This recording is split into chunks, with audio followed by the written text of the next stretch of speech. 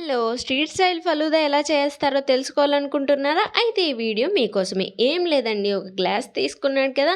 బాగా ఉడకపెట్టి చల్లనీళ్ళలో వేసుకున్న సేమియా 2 స్పూన్స్ తీసుకున్నాడు. అలాగే నానపెట్టుకున్న సబ్జా సీడ్స్ ఒక స్పూన్ తీసుకొని, ఇంక ఇది మెయిన్ ఇంపార్టెంట్ అండి. మన ఇంట్లో మనకిష్టమైన ఫ్లేవర్ సిరప్ తెచ్చి పెట్టుకున్నామనుకోండి, ఫలూదా చేయడం చాలా ఈజీ అనిపిస్తది. మేమైతే ఇక్కడ బటర్ స్కాచ్ ఫలూదా తీసుకున్నామనమాట.